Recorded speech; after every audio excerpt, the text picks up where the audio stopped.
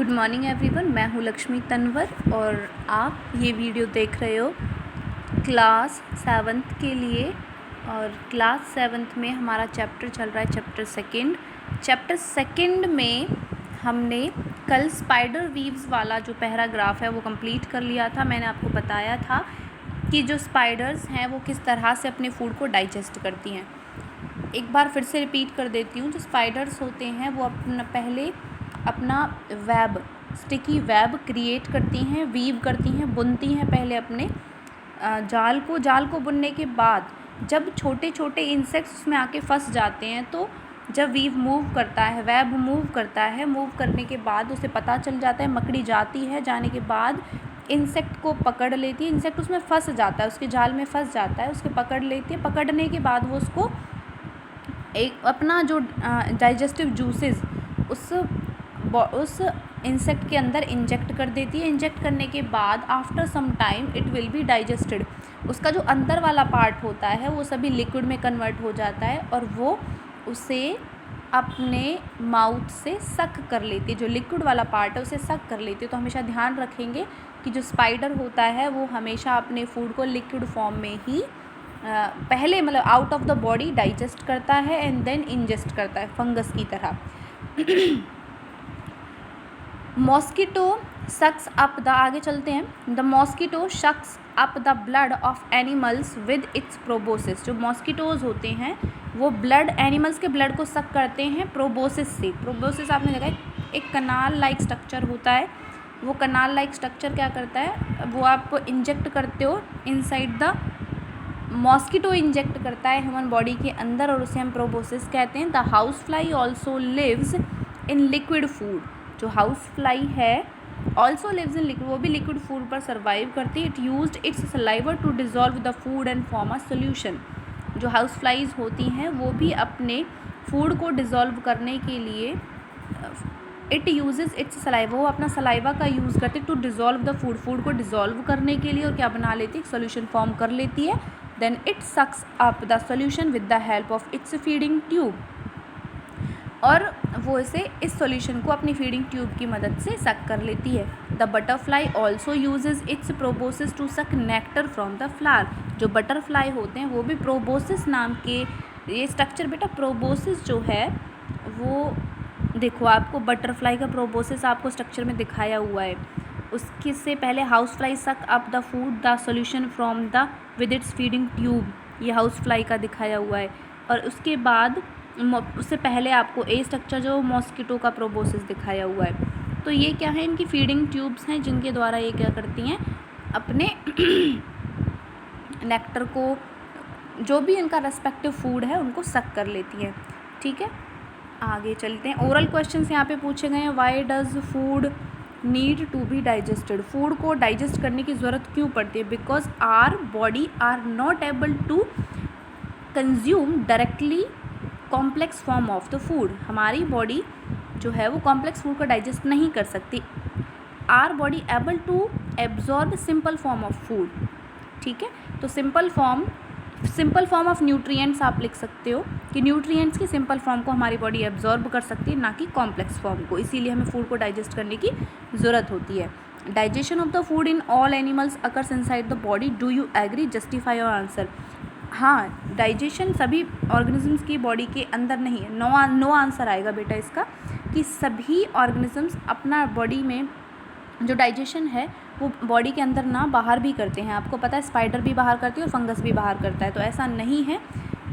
तो आप लिखोगे इसमें no digestion of food in all animals does not occur inside the body. Spider का और फंगस का आप एग्जाम्पल दे दोगे इसमें अपने आंसर को जस्टिफाई करने के लिए। ठीक है, वो मैं आपको क्वेश्चन आंसर तो मैं खैर लिख के ही भेज दूँगी आपको।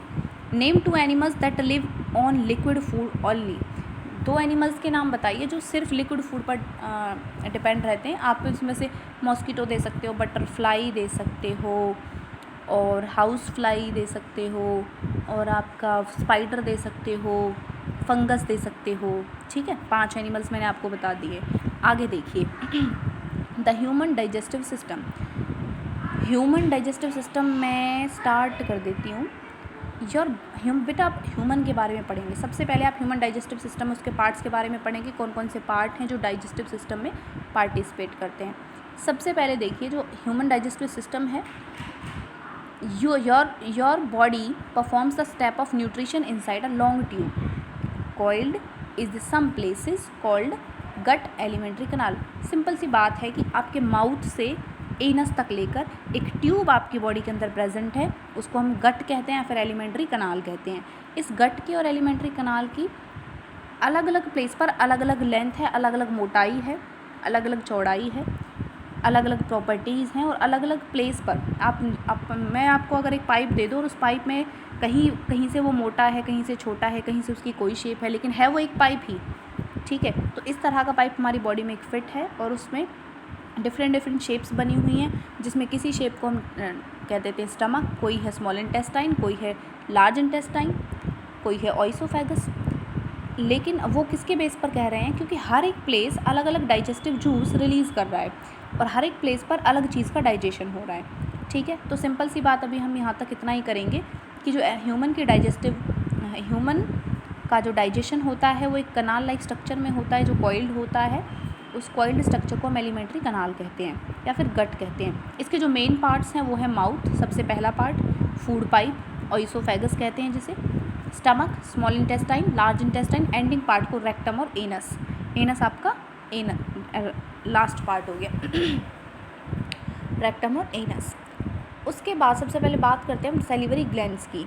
सेलिवरी ग्लैंड्स की सभी ग्लैंड्स की बात करेंगे कि इनके साथ साथ, इन पार्ट के साथ साथ कुछ ग्लैंड्स भी हैं जो डाइजेशन में मदद करती हैं। वो कौन सी हैं? सेलिवरी ग्लैंड हो गया, लिवर हो गया, गॉल ब्लैडर हो गया, pancreas are the organs that secrete digestive juice that help convert complex substances to the simple substances. ये जो ग्लैंड है ये कुछ एंजाइम्स रिलीज़ करती हैं जो सिंपल कॉम्प्लेक्स सब्सटेंसेज को सिंपल में कन्वर्ट कर देती हैं। Digestive juices are also secreted by the inner walls of the stomach and small intestine. जो डाइजेस्टिव जूसेस होते हैं वो कौन रिलीज़ करती है? हमारी बॉडी की इनर वॉल्स रिलीज़ करती हैं, जैसे कि स्टमक की या फिर स्मॉल इंटेस्टाइन की।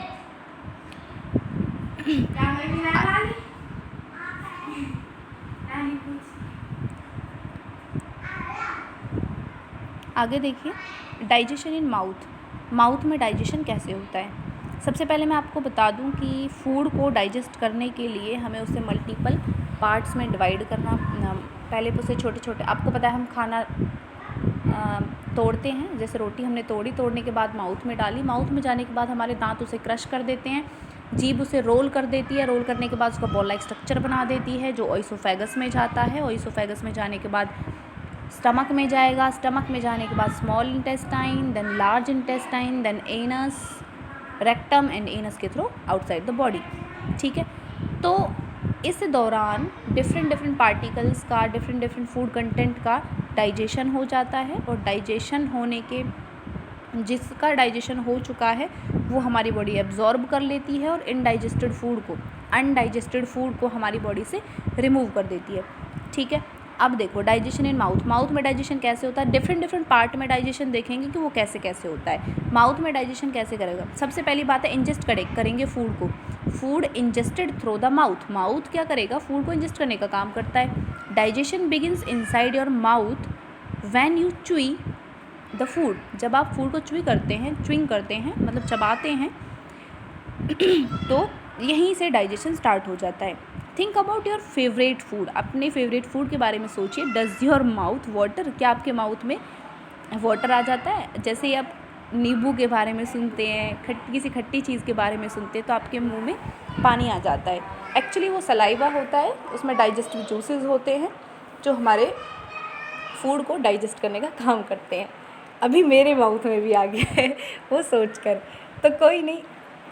आगे वाला जो पार्ट है डाइजेशन इन माउथ जो है, पूरा डाइजेशन मैं एक ही वीडियो में करवाना चाहती हूँ, इसीलिए मैं इस वीडियो को यहीं पे स्टॉप कर रही हूँ। देखने के लिए धन्यवाद।